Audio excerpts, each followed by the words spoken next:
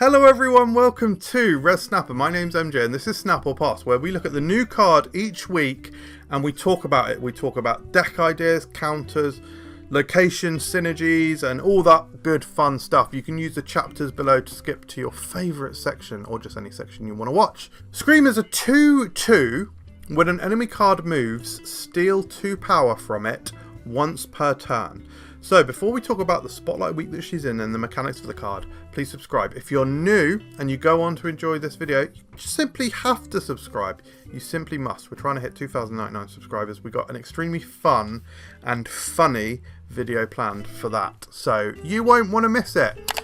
Let's first of all talk about the spotlight week that Scream is in. She is actually alongside 2 Series 4 cards, so she's in a slightly lower value week. She's alongside Man-Thing, who is a solid card, recently had a buff, so if you've not tried him recently and you've got him, I'd recommend trying him out. And if you don't have him, yeah, he's good and you can be happy with your potential roll on these caches. And Mobius is good. Is he that fun? Not really, but he is a bit of a control tool on the meta for when cost reduction gets out of hand, when Destroy is overflowing and you want to kill that death. On turn 5 you play that Mobius down and you kill their death and you cackle with manic laughter. Sure, he's fine, but I will say I actually don't like these variants too much, personally, to be honest. Anyway, that is the spotlight week and that's what I think of that. Yeah, not the highest value week, to be honest, guys. Let's talk about the mechanics. So, Scream belongs primarily to the anti-move archetype. Now, I've called it anti-move, but I do wonder if I need to come up with a different name for this sort of tag logo that I've made. By the way, do you like this little anti-move logo? I think it's pretty freaking awesome. Anyway, yeah, do I need to call it a different name? Like Mobster, I know Cozy calls it Mobster Move. Bully Move is an idea I've had. Let me know in the comments below if you think I should rename this archetype tag. So, that's what she belongs to. I think she pretty firmly belongs in that, because I think because of the specificity of her power, you're probably going to want to play her alongside cards which do move their cards. Now, when we come on to talk about the locations, there are a lot of locations that do move cards, so she might do alright when she's not coupled with those bully move cards. But I do think she probably has to mostly be played with them. So I'm not sure how well she succeeds outside of these very specific decks. But talking about her mechanics in general, she steals power. So she scales at the equivalent of 4 power each time. So she steals 2 and she steals 2, right? So she gains 2 herself and she afflicts 2 on your opponent. I come in peace. That was stupid. That was stupid, guys. That was actually embarrassing for me. But yeah, this is a massive amount of scaling. Scaling at 4 power is crazy. I mean, look at Thena, right? Was she nerfed down to 3? I can't remember. But anyway, 4 is crazy, right? Angela came down from 2 to 1. And yes, you do have the ability with Angela to do it over and over again, whereas Scream is a bit more limited with just once per turn. But even so, that plus 4 power is crazy. It's limited to once per turn, otherwise it would be nega busted. Now, I say it would be nega busted, I don't actually think it would be like crazy, because there's not many cards at the moment which can move your opponent's cards. There's about 6 or 7, maybe 8, something like that. And none of them cost less than 3, so you wouldn't even have the ability to do that many per turn anyway, unless you had cards like maybe Hercules, for example. And that really would make Scream... I mean, even just triggering once off of Hercules would get Scream to go out of control, to be honest. So they probably did a good thing limiting her to once per turn. And it's worth noting as well that most actual move scalers, so cards like Vulture and Dagger, outscale Scream. So that's what I've said, is she better in Disruption and Mobster style decks? Like, yeah, like if you look at Vulture, if you're using Cannonball or Stegron and you hit their Vulture gains +6. Sure, Scream steals 2 from it and you know, so obviously afflicts it for 2 and gains 2 herself, but they've still gained a net 2 out of it. So yeah, maybe not. Maybe anti-move truly is not a good name for this archetype. Anyway, pros. So she's a huge scaler, potential of 218 equivalent power. As I say, steals 2, So she gains 2 and she afflicts 2. So it's not truly 218, but she's basically a 210 herself potentially, and then you've done 8 affliction worth on their side. This is of course assuming that you've played, or rather moved one of their cards every turn after playing Scream on turn 2. So again, somewhat comes down to, have you played Scream early enough to get the benefit from her. With the split between power she gains and power she afflicts, it can be a board-wide threat. So as I said a minute ago, she maybe becomes a 210 on her location, but the negative power that she's doing, she's actually spreading out. You're probably not going to be focusing all of that negative power in one location, which is particularly good when you consider cards like Shadow King as well. The reason that you're not going to be doing that, all focusing on one location, is because you actually don't have masses of control over where you move their cards. There are cards like Magneto and Arrow which move to a specific location, but there are also cards like Cannonball, Spider-Man, who don't move to a specific location. It could be random. And then the final pro that I've got listed here is that, not that there's only 3 pros, just that there's 3 that we're discussing right now. Okay, deal with it. She is archetype defining. She fully establishes the previously weak anti-move, or whatever we call it, archetype. So previously you really literally only had Kingpin. Yes, you did have cards like Polaris and all of these bully move cards. I think I'm gonna rename it bully move, to be honest, or move bully or bully move. Vote in the comments. I'll put a poll. That's completely impossible, so just leave a comment. Yes, you can move and disrupt them, but without the negative power of Kingpin, that deck was nothing. It's just like a bit annoying and whatever. Now Scream added to that, Scream and Kingpin and the disruption, I think it really does make this a proper deck now. So I think that's really cool. Now the cons. The once per turn limit is particularly impactful if you draw Scream later than turn 2. This is another one of those cards where you really need to draw it early. We've seen quite a lot of these recently, even this week. Agent Venom, he's a big turn 2 play. Scream is the same. You really want to get her down on turn 2, especially because your bully move cards, I'm definitely renaming it to that, your bully move cards, they don't come lower than 3 cost. So you really want to start banging them out on those following turns. And we slightly talked about this a minute ago. Move disruption is inherently unpredictable. So you don't you don't always know where you're going to move their cards to. And also, you know, they can fill locations, they can do stuff to play against move disruption. So it just makes it an inherently unpredictable archetype to play. Now let's move on to the locations, good and bad. I was going through this, guys, and I have to say, like, there is literally virtually no bad locations for her. And I have thought about her in the wider context of a bully move or anti-move deck. So, let's just get the bad location out of the way. Kunlun. When a card moves here, give it +2 power. Now that's obviously good. And if you're bullying their cards and moving them, they potentially would go there, and it would give them the +2. Now, that is still lower than the impact that Scream has, but it does lessen that impact, and it lessens the overall effectiveness of your deck. However, there is so many good locations that this is actually one of the key reasons why I think Scream might have a chance outside of bully move decks. Maybe she'll succeed. Maybe you can flex her into these kinds of decks. Or maybe you only need to play a very small bully move package. Maybe a small package or sub package of Kingpin, Scream, maybe Spider-Man, maybe Polaris. Maybe this little small package will work as flexing spots into other decks. Because you've got locations like Sinister London is absolutely nuts with Scream, because Scream is such a big scaler. Getting it to trigger twice is going to feel so good. Asteroid M, it's the auto move. Great Web, another auto move. Space Throne is really good for a few reasons. First of all, you can just stick Scream in there yourself and you're probably golden. And the other reason, of course, is because you're a bully move deck, so you can force them into Space Throne with cards like Cannonball. Cannonball's a bit late, actually, to be honest, so maybe more so Stegron.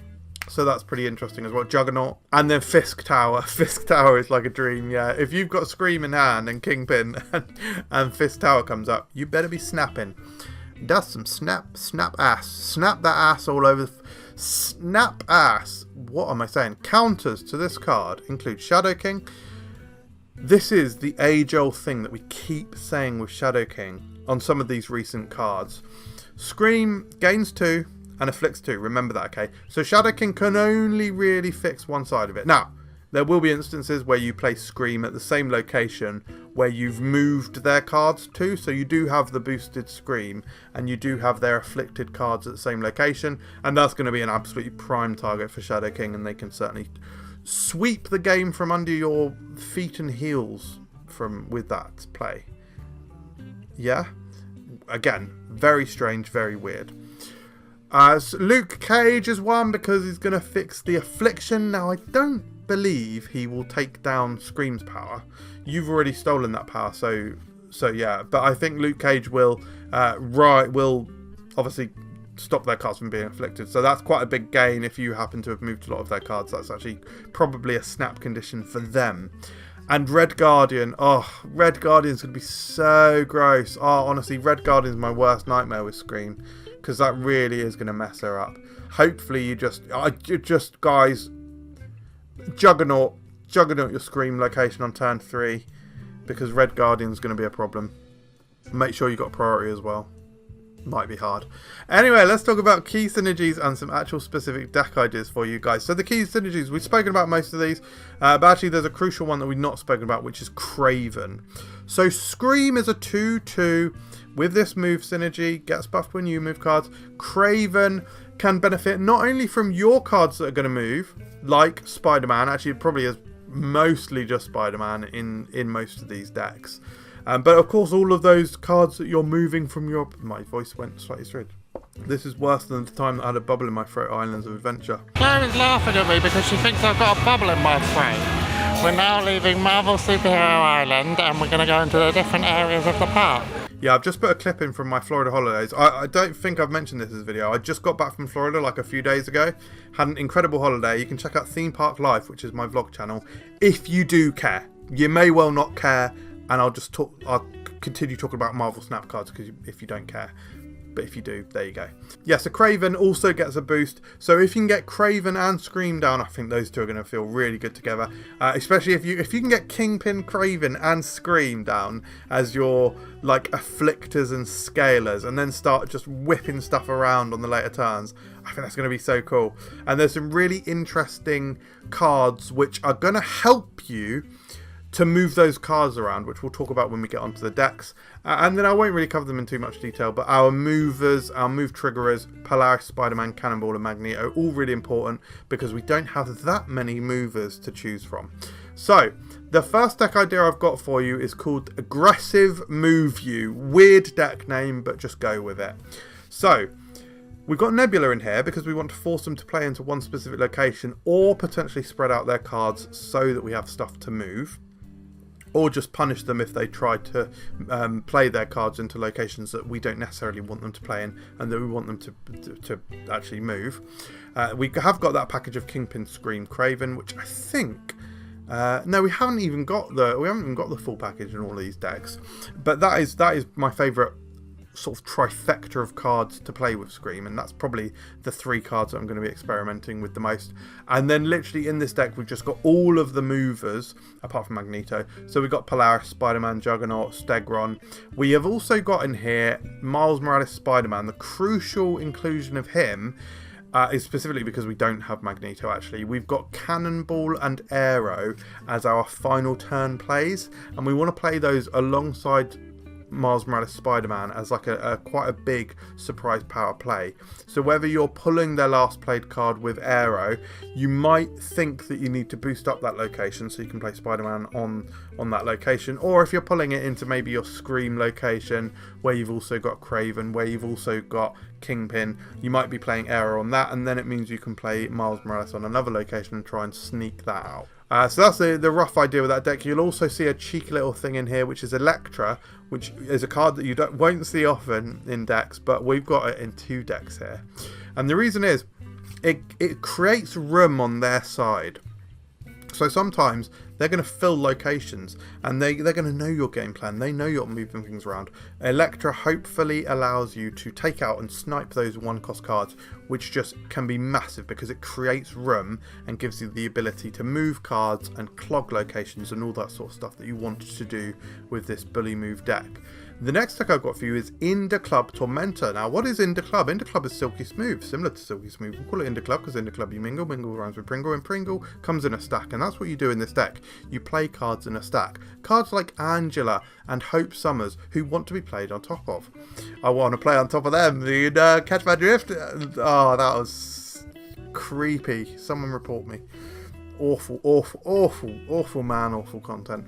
But you want to play cards on top of them. Cards like Kitty Pryde, like Thena. We have got Spider-Man in here who can benefit by playing on top of Hope and Angela, but also move your opponent's card, but also move off, so it creates room. And then of course we've got Scream in here. And we've got Craven as well, because we've got, this is the only deck here where we've got, well, sorry, that's not true. What I was about to say is not true, so I'm going to finish. I'm not going to say it at all. So anyway, but yeah, Craven can benefit from Spider-Man moving, as well as our opponent's cards that will move to other locations. And then to benefit from playing on top of Hope Summers and getting that extra energy, we do have a decent couple of 6 costs in this deck that maybe we can play a turn earlier and that sort of thing. So we've got Elias, and of course we've got Magneto. So this felt like actually quite a sensible package to fit into the Inda Club style deck, so I think that's very cool. And then finally, I've got just like a good cards anti-move deck. So we've got good cards in here like Nebula, Silver Sable, we've got Copycat, some of the stronger cards in the game. I actually think that cards like Aero are a little bit underrated. Aero, of course, fits into our actual strategy of Scream here with the anti-move. But whilst we said about Electra destroying a card and creating room, we've actually got a couple of clog cards in this deck as well. So we've got Hawkeye and White Widow. Hawkeye and the Acid Arrow are going to be really interesting, because if you can get those pinged across and then moved with Polaris and get that extra -2 on it, oh my god, that's so filthy. Just don't Electra that location. And then just these other cards that are just generally considered great cards in the game, like Shang-Chi and like Copycat. Like, these are some of the best cards in the game. So we mix a little bit of bully move cards with our Scream, with some of the better cards in the game, and you have a potentially really interesting deck. So let's move on to my star ratings for Scream. I think overall she's a 5-star card. I wonder if I'm a tiny bit too hot on her. Maybe 4.5, maybe even as low as 4. But I think overall a 5. The thing that is giving me some trepidation, some slight question over her overall score is whether does she fit into any other style of deck. I think as this little splash package into Inda Club style decks, I think that might be enough for her, as well as obviously being this archetype defining card for bully move. Let's just move on and talk about the archetype score. Actually, I've given her 6 stars. I view her as pretty much solidifying this archetype. She's just outrageous. Fun, I think she's 4 stars. I think she'll be extremely fun. The way she actually afflicts the powers with her hair, she like flicks it out. So I think that's awesome, and I think it's going to feel good that they're getting afflicted and that you're increasing. And just the fact that you're messing with them, messing with your opponent is fun. And competitive wise, yes, I think she's extremely strong. Let's just consider you only get 1 move off, or maybe there's a location that pops up that triggers a move. She's essentially a 2/6 power level then. And, you know, that's just good. So I think she is very competitive. And, you know, I've already told you she's one of my most anticipated cards. Well, actually, I think I said she is my most anticipated card of the season. She is. So, of course, I think she is a snap. I always get confused between saying snap or pass, guys. She's a snap. It's especially confusing when I do the bloody season pass, which literally has the word pass in. Bloody hell. Anyway, she's a snap. I think she's incredible. What do you think? I want to hear your thoughts for her, your deck ideas in the comments below. Thank you very much for watching. If you are new, please subscribe, and I'll see you next time. Cheers.